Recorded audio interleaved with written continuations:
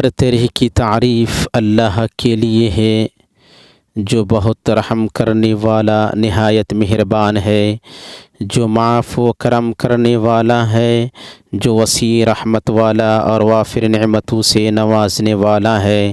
اللہ کا فرمان ہے، کیا تم نہیں دیکھتے کہ اللہ تعالیٰ نے زمین و آسمان کی ہر چیز کو تمہارے کام میں لگا رکھا ہے اور تمہیں اپنی ظاہری و باطنی نعمتیں بھرپور دے رکھی ہیں، اور میں گواہی دیتا ہوں کہ ایک اللہ کے سوا کوئی معبود نہیں، اس کے سوا کوئی برحق پوجا نہیں جا سکتا، اور میں گواہی دیتا ہوں کہ محمد اس کے بندے اور رسول ہیں۔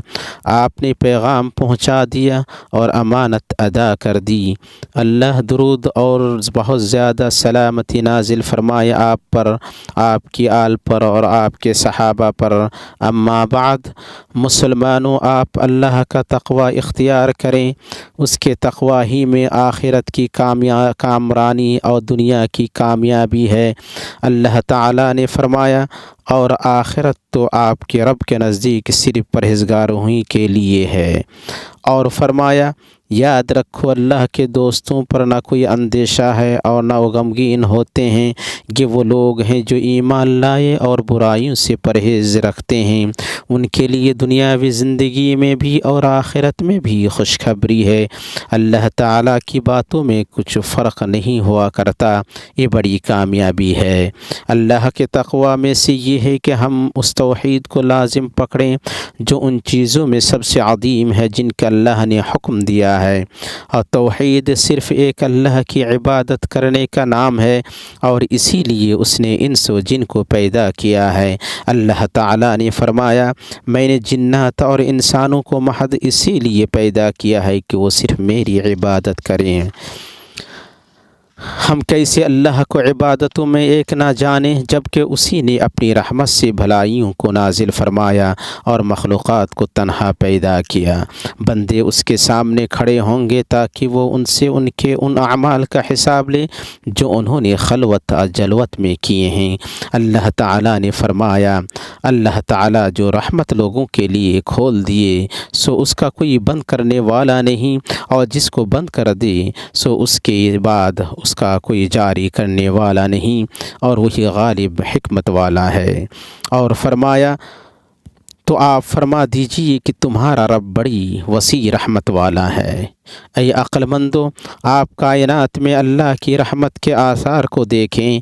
اللہ تعالیٰ نے فرمایا، اور وہی ہے جو لوگوں کے نا امید ہو جانے کے بعد بارش برساتا اور اپنی رحمت پھیلا دیتا ہے، وہی ہے کارساز اور قابل حمد و ثنا۔ اور فرمایا، پس آپ رحمت الہی کے آثار دیکھیں کہ زمین کی موت کے بعد کس طرح اللہ تعالیٰ اسے زندہ کر دیتا ہے۔ کچھ شک نہیں کہ وہی مردوں کو زندہ کرنے والا ہے، اور وہ ہر چیز پر قادر ہے۔ نیز فرمایا، اسی نے تو تمہارے لیے اپنے فضل و کرم سے دن رات مقرر کر دیے ہیں کہ تم رات میں آرام کرو اور دن میں اس کی بھیجی ہوئی روزی تلاش کرو، یہ اس لیے کہ تم شکر ادا کرو۔ اور فرمایا، آپ کہیے کہ جو کچھ آسمانوں اور زمین میں موجود ہے یہ سب کس کی ملکیت ہے؟ آپ کہہ دیجئے کہ سب اللہ ہی کی ملکیت ہے۔ اللہ نے رحمت اپنے اوپر لازم فرما لی ہے۔ صحیح حدیث میں رسول اللہ صلی اللہ علیہ وسلم نے فرمایا، جب اللہ نے تخلیق مکمل کر لی تو اپنی کتاب میں جو اس کے پاس عرش کے اوپر ہے لکھ دیا، یقیناً میری رحمت میرے غضب پر سبقت لے گئی۔ اللہ سبحانہ کی رحمت میں سے یہ ہے کہ اس نے دین اسلام کو مکمل کیا، جیسا کہ اللہ عز جل وعلا نے اس آیت میں فرمایا جو اس شریف مقام عرفہ میں اتری ہے، آج میں نے تمہارے لیے دین کو مکمل کر دیا اور تم پر اپنا انعام بھرپور کر دیا، اور تمہارے لیے اسلام کے دین ہونے پر رضامند ہو گیا۔ یہ وہ عظیم دین ہے جس کی بنیاد 5 ارکان پر رکھی گئی ہے، وہ ہیں شہادتین، نماز قائم کرنا، زکوٰۃ دینا، رمضان کا روزہ رکھنا اور حرمت والے گھر کا حج کرنا۔ یہ ارکان رحمتوں کے نزول کے اسباب میں سے ہیں۔ شہادتین یعنی اس بات کی گواہی دینا کہ ایک اللہ کے سوا کوئی معبود برحق نہیں، اس کا معنی یہ ہے کہ اللہ کے سوا برحق کسی کی عبادت نہ کی جائے، سو ہم اسی کی کو عبادت میں ایک جانیں، اور اس بات کی گواہی دینا کہ محمد اللہ کے رسول ہیں، سو آپ کا حکم بجا لایا جائے، آپ کی خبر کی تصدیق کی جائے، اور اللہ کی عبادت اسی چیز سے کی جائے جو آپ لے کر آئے ہیں۔ اللہ سبحانہ نے ہر دن و رات میں پنجگانہ نماز قائم کرنے کا حکم دیا ہے، اور اس نے زکوٰۃ ادا کرنے کا حکم دیا ہے، یعنی مال سے مقررہ حصہ نکالنے کا حکم دیا ہے۔ اللہ تعالیٰ نے فرمایا نماز کی پابندی کرو، زکوٰۃ ادا کرو، اور اللہ تعالیٰ کے رسول کی فرما برداری میں لگے رہو تاکہ تم پر رحم کیا جائے۔ اسی طرح اس نے رمضان کے روزہ اور بیت اللہ الحرام کے حج کا حکم دیا ہے۔ حدیث میں ہے جب رمضان آ جائے تو رحمت کے دروازے کھول دیے جاتے ہیں، اور آپ صلی اللہ علیہ وسلم نے حج میں حلق کرانے والوں کے لیے 3 بار رحمت کی دعا کی۔ اللہ کی رحمت میں سے یہ ہے کہ اس نے ایمان کو اس کی رحمت حاصل کرنے کا راستہ اور راہ نجات قرار دیا ہے۔ فرمایا پس جو لوگ اللہ تعالیٰ پر ایمان لائے اور اسے مضبوط پکڑ لیا، انہیں تو وہ عنقریب اپنی رحمت اور فضل میں لے لے گا اور انہیں اپنی طرف کی راہ راست دکھا دے گا۔ اور اللہ کے رحمت والے نبی صلی اللہ علیہ وسلم نے بیان کیا ہے کہ ایمان کے ارکان 6 ہیں۔ آپ نے فرمایا ایمان یہ ہے کہ تم اللہ پر، اس کے فرشتوں پر، اس کی کتابوں پر، اس کے رسولوں پر، آخرت پر ایمان لاؤ، اور اچھی اور بری تقدیر پر ایمان لاؤ۔ اللہ سبحانہ کی رحمت میں سے یہ ہے کہ اس نے اپنے انبیاء علیہم السلام کو لوگوں کے پاس بھیجا تاکہ وہ تمام مخلوقات کے لیے رحمت بنیں۔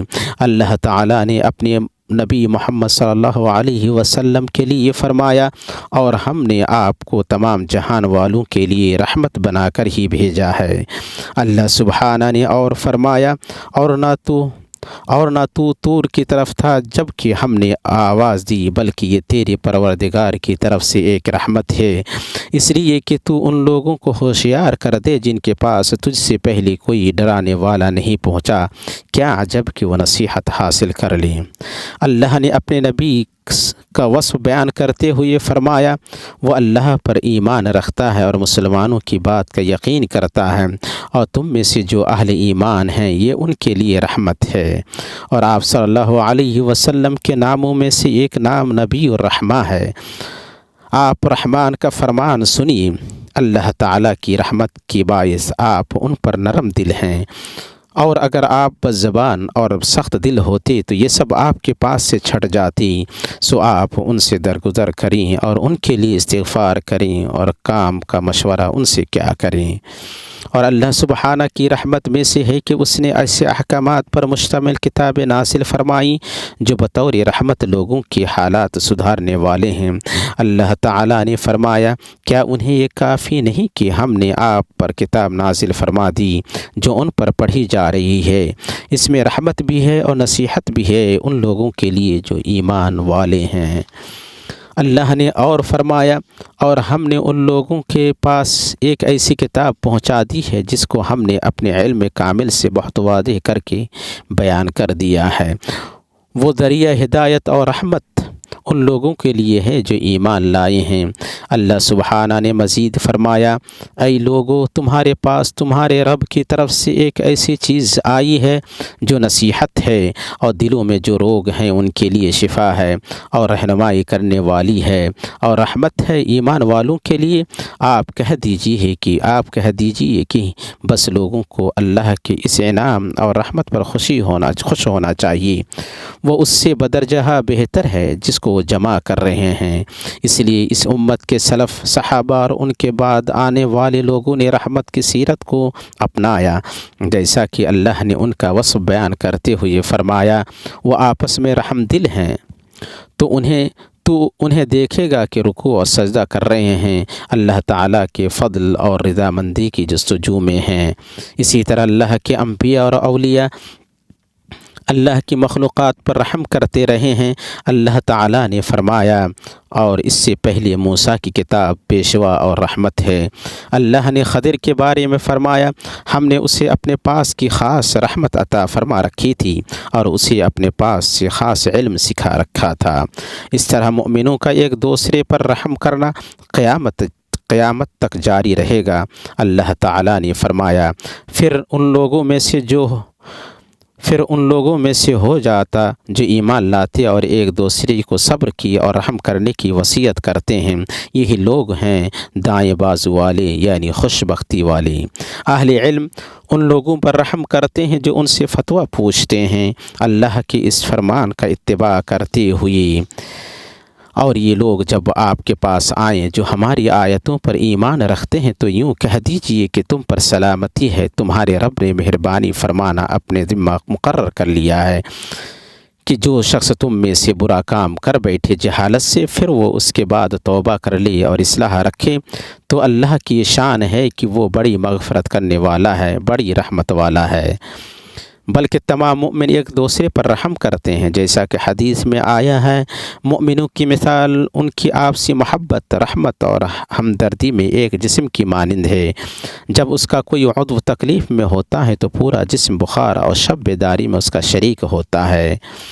رحمت تمام مخلوقات کو شامل ہے، جیسا کہ نبی صلی اللہ علیہ وسلم نے فرمایا زمین پر جو کچھ ہے تم اس پر رحم کرو، تم پر وہ ذات رحم کرے گی جو آسمان پر ہے۔ نیز فرمایا رحم کرنے والوں پر رحمان رحم کرتا ہے۔ اور اللہ سبحانہ کے احسان میں سے ہے کہ اس نے سماجی رشتوں کی بنیادوں میں سے رحمت کو قرار دیا ہے۔ باپ بیٹوں کے درمیان رحمت، میاں بیوی کے بیچ رحمت اور رشتے ناطے میں رحمت۔ چنانچہ اللہ نے والدین کے بارے میں فرمایا اور عاجزی اور محبت کے ساتھ ان کے سامنے تواضع کا بازو پست رکھے رکھنا اور دعا کرتے رہنا کہ اے میرے پروردگار ان پر ویسا ہی رحم کر جیسا انہوں نے میرے بچپن میں میری پرورش کی ہے۔ اور میاں بیوی کے بارے میں فرمایا اور اس کی نشانیوں میں سے ہے کہ تمہاری جنس سے بیویاں پیدا کیں تاکہ تم ان سے آرام پاؤ، اس نے تمہارے درمیان محبت اور ہمدردی قائم کر دی۔ یقیناً غور و فکر کرنے والوں کے لیے اس میں بہت سی نشانیاں ہیں۔ ایک آدمی نے رسول اللہ صلی اللہ علیہ وسلم سے پوچھا کیا آپ لوگ اپنے بچوں کو بوسہ دیتے ہو؟ ہم تو بوسہ نہیں دیتے ہیں۔ آپ صلی اللہ علیہ وسلم نے فرمایا میں کیا کروں اگر اللہ نے تمہارے دل سے رحمت چھین لی ہے، بلکہ یہ رحمت ماحول اور جانوروں کے ساتھ تعامل کرنے میں بھی جاری رہتی ہے۔ چنانچہ ایک فاحشہ عورت جنت میں داخل ہوئی جب اس نے پیاسے کتے کو اس پر رحم کرتے ہوئے پانی پلایا۔ اسی طرح ایک آدمی جنت میں داخل ہوا جب اس نے مسلمانوں پر رحم کرتے ہوئے بیچ راستے سے درخت کی ٹہنی کو ہٹایا کہ انہیں تکلیف نہ دے۔ اس لیے مناسب ہے کہ تمام انسانی معاملات میں رحمت نقطۂ آغاز اور بنیاد ہو۔ نبی صلی اللہ علیہ وسلم فرماتے ہیں اللہ کی 100 رحمتیں ہیں، ان میں سے ایک ہی رحمت کو جن و انس چوپایوں اور کیڑے مکوڑوں کے بیچ نازل فرمایا، وہ اسی سے ایک دوسرے کی ہمدردی کرتے ہیں، اسی سے ایک دوسرے پر رحم کرتے ہیں اور اسی سے وحشی جانور اپنے بچے پر شفقت کرتا ہے۔ اور اللہ نے 99 رحمت مؤخر کر رکھی ہے جس سے اپنے بندوں پر رحم فرمائے گا۔ لوگوں کے ایک دوسرے پر رحم کرنے کے خوبصورت اثرات اور خوشگوار نتائج ہیں۔ اس سے محبت پیدا ہوتی ہے، رواداری پھیلتی ہے، الفت عام ہوتی ہے اور لوگوں میں تعاون بڑھتا ہے۔ ہماری موجودہ زندگی میں رحمت کے متعدد پہلو ہیں، چاہے نظام و قوانین بنانے کے حوالے سے ہو یا ٹرانسپورٹ کے وسائل کو استعمال کرنے کے حوالے سے یا ٹیکنالوجی یا ذرائع ابلاغ کے بہترین استعمال کے حوالے سے۔ اور رحمت کے مظاہر میں سے یہ معاملہ ہے جو ہم سیکورٹی اہلکاروں اور ان مشاعر میں تمام کام کرنے والوں کی طرف سے مشاہدہ کر رہے ہیں، جو حاجیوں کی رہنمائی کرتے ہیں اور نسک کی ادائیگی میں ان کی مدد کرتے ہیں، خاص طور سے بڑے بزرگ، کمزور اور چھوٹے بچے کے حق میں ان کا معاملہ۔ یہ محض ان ہدایات کی وجہ سے ہے جو اس ملک کے حکمران ان عظیم کوششوں کے ضمن میں صادر کرتے ہیں جنہیں مملکت سعودی عرب کی قیادت حرمین شریفین کی خدمت اور تمام میدانوں میں حاجیوں اور عمرہ کرنے والوں کے لیے عظیم خدمات پیش کرنے کے سلسلے میں پیش کر رہی ہے۔ قابل قدر کوششوں میں سے حرمین شریفین کی توسیع کی اسکیمیں اور نسک کی ادائیگی کے لیے مشاعر کو سازگار بنانی اور ان میں انفراسٹرکچر تیار کرنے کی اسکیمیں ہیں۔ اس ملک کے بادشاہوں نے نیک بادشاہ عبدالعزیز رحمہ اللہ کے زمانے سے لے کر ان کے فرما بردار فرزندوں شاہ سعود، شاہ فیصل، شاہ خالد، شاہ فہد اور شاہ عبداللہ کی زمانے تک حرمین شریفین اور حجاج و معتمرین کی مسلسل دیکھ ریکھ کی ہے۔ اللہ تعالیٰ ان کے درجات کو علیین میں بلند فرمائے، اور آج ہم اپنے موجودہ زمانے میں ان شریف مقامات میں ایسے عظیم الشان کارنامے دیکھ رہے ہیں جن سے ہر مومن کا دل باغ باغ ہو جاتا ہے۔ یا اللہ، یا حی یا قیوم، یا ذا الجلال والاکرام، ہم تجھ سے فریاد کرتے ہیں کہ تو خادم حرمین شریفین شاہ سلمان بن عبدالعزیز کو توفیق دی۔ اے اللہ، تو ہر چیز میں ان کا مؤید، معین اور مددگار بن جا۔ اے اللہ، تو ہر خیر و احسان پر انہیں بہتر بدلہ عطا فرما جو پیش کرتے ہیں، اور انہیں ہدایت، بھلائی اور رحمت کے اسباب میں سے بنا۔ اے اللہ، تو ولی عہد شہزادہ محمد بن سلمان میں برکت عطا فرما، انہیں بہترین بدلہ سے نواز، انہیں پوری امت کے لیے بھلائی اور رحمت کا سبب بنا، اور اس کام کی توفیق دے جو تجھے پسند ہو اور تو اس سے راضی ہو۔ مسلمانوں، اللہ کی رحمت کے فضل سے نفسوں کو بلندی و پاکیزگی حاصل ہوتی ہے۔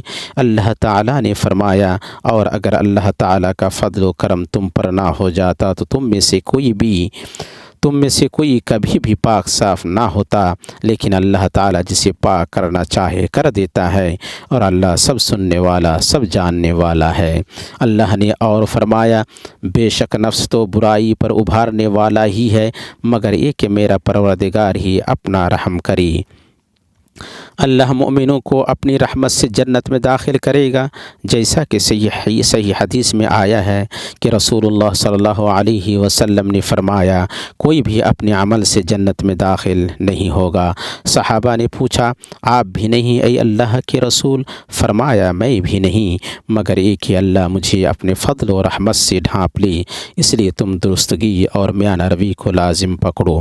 اللہ کی رحمت کی بدولت مخلوق سے طرح طرح کی مصیبتیں اور برائیاں دور ہوتی ہیں، جیسا کہ اللہ تعالیٰ نے فرمایا، تیرا پروردگار بہت ہی بخشش والا اور مہربانی والا ہے، وہ اگر ان کے اعمال کی سزا میں پکڑے تو ضرور ان کے لیے جلد ہی عذاب کر دی۔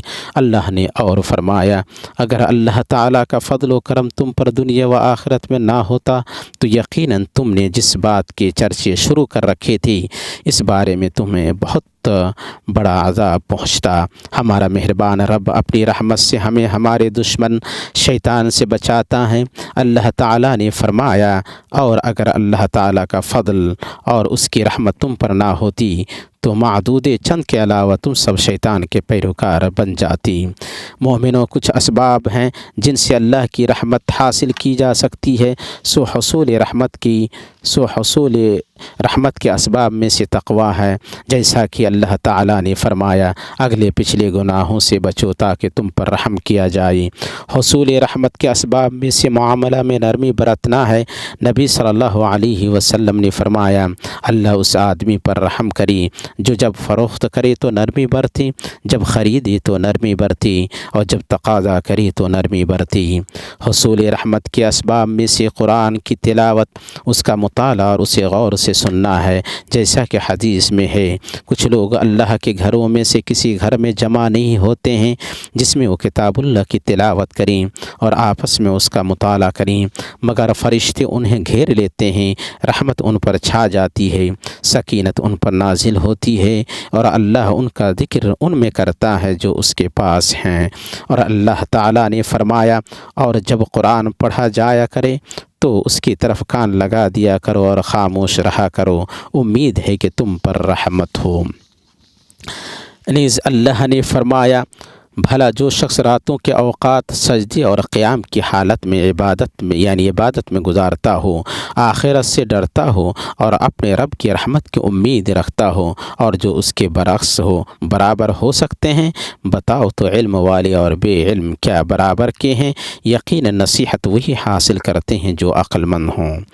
بندہ پر اللہ کی رحمت کے اسباب میں سے مخلوق کے ساتھ احسان کرنا ہے، جیسا کہ اللہ تعالیٰ نے فرمایا، بے شک اللہ تعالیٰ کی رحمت نیک کام کرنے والوں کے نزدیک ہے۔ نیز اللہ نے فرمایا، ہم جسے چاہیں اپنی رحمت پہنچا دیتے ہیں، ہم نیکوکاروں کا ثواب ضائع نہیں کرتی۔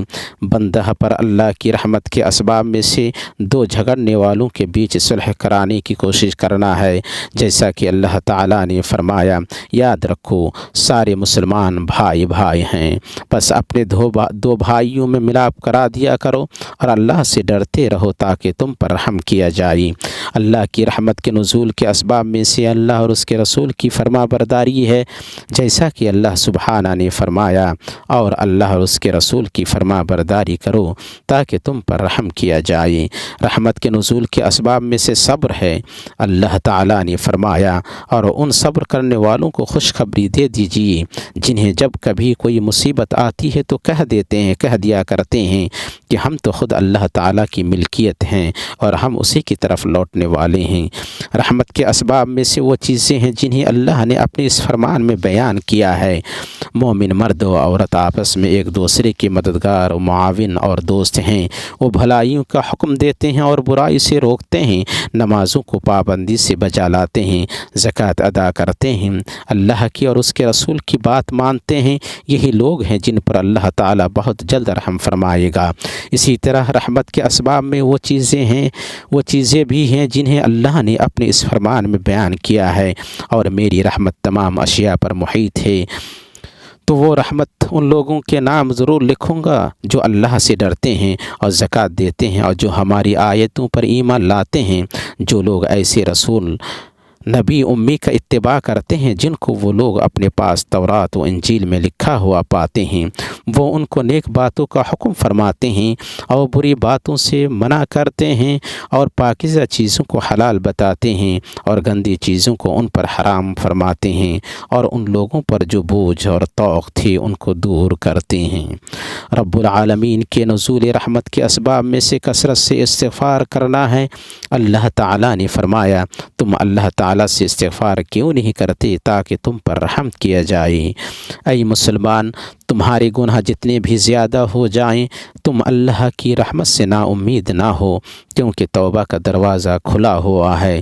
اللہ تعالیٰ نے فرمایا، میری جانب سے کہہ دو کہ اے میرے بندو، جنہوں نے اپنی جانوں پر زیادتی کی ہے، تم اللہ کی رحمت سے نا امید نہ ہو جاؤ۔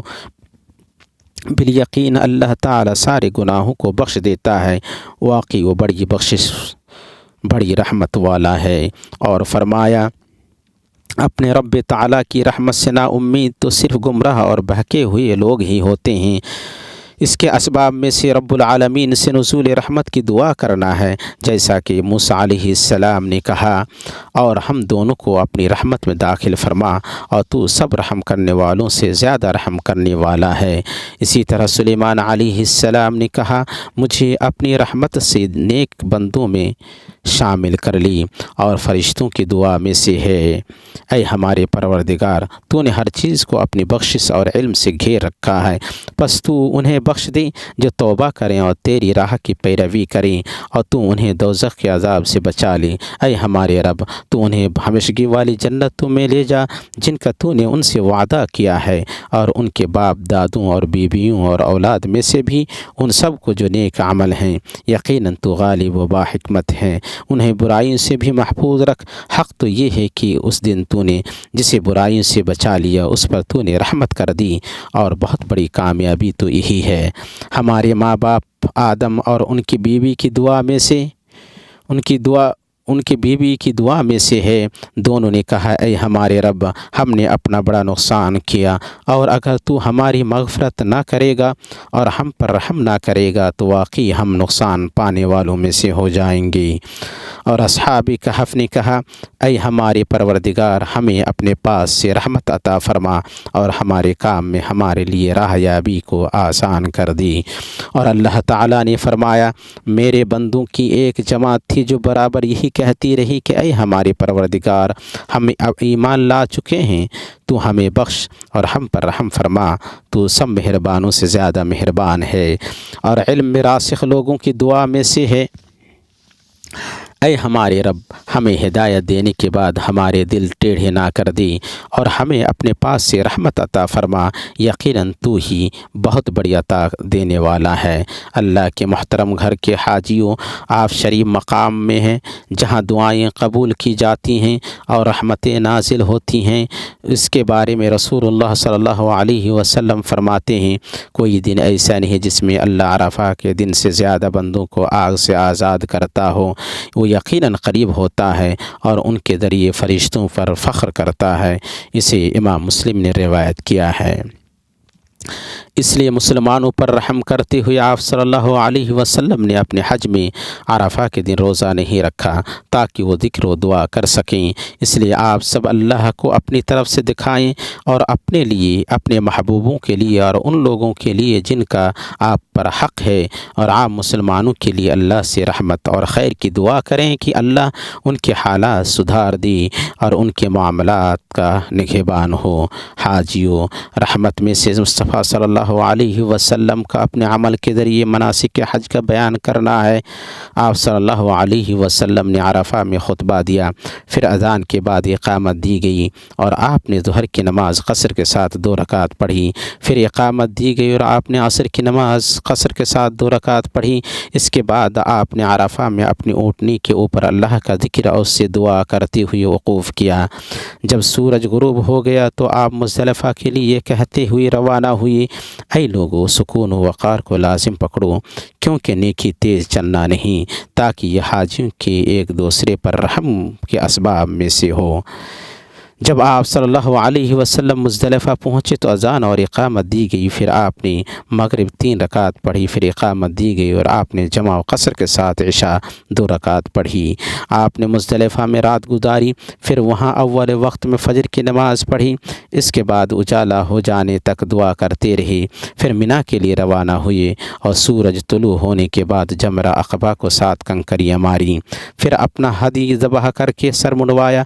اس کے بعد طواف افاضہ کیا اور آپ مینا میں ایام تشریق رکے رہی، اللہ کا ذکر کرتے، زوال کے بعد تینوں جمرات کو کنکری مارتے، جمرہ صغرا اور وسطیٰ کے پاس رکتے اور عذر والوں کو مینا میں رات گزارنے کی رخصت دی۔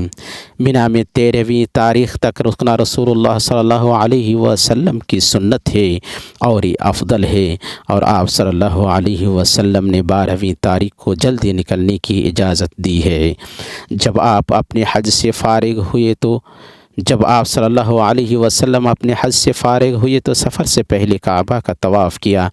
اے اللہ، تو حاجیوں پر رحم کر، ان سے ان کا حج قبول فرما، ان کے معاملات کو آسان کر اور ان لوگوں سے انہیں بچا جو ان کا برا چاہے۔ اے اللہ، تو انہیں ان کے ملکوں تک صحیح سلامت بہرمند واپس لوٹا، اس حال میں کہ ان کے گناہ بخش دیے گئے اور ان کی ضرورتیں پوری کر دی گئیں۔ اے اللہ، تو مسلمان مردوں اور عورتوں اور مومن مردوں اور عورتوں پر رحم فرما، ان میں الفت پیدا کر دی، ان کے دلوں کی اصلاح فرما، ان کے معاملات کا نگہبان ہو جا اور انہیں ایک دوسرے پر رحم کرنے والا بنا دی۔ اے اللہ، تو مسلمانوں کے حالات سدھار دی، ان کے بیچ الفت پیدا کر دی اور ان کی روزیوں میں وسعت دی۔ اے اللہ، تو ان کے بیمار کو شفا دی، ان کے گنہگار سے درگزر فرما، ان کے مردہ کو بخش دی، ان کے فقیر کو مالدار بنا دی، ان کے قرضدار کا قرض چکا دی۔ اے اللہ، ان کے ملکوں کو خیر، ارتقاء، ترقی اور خوشحالی کا ملک بنا دی۔ سبحان ربک رب العزت عما یصفون وسلام علی المرسلین۔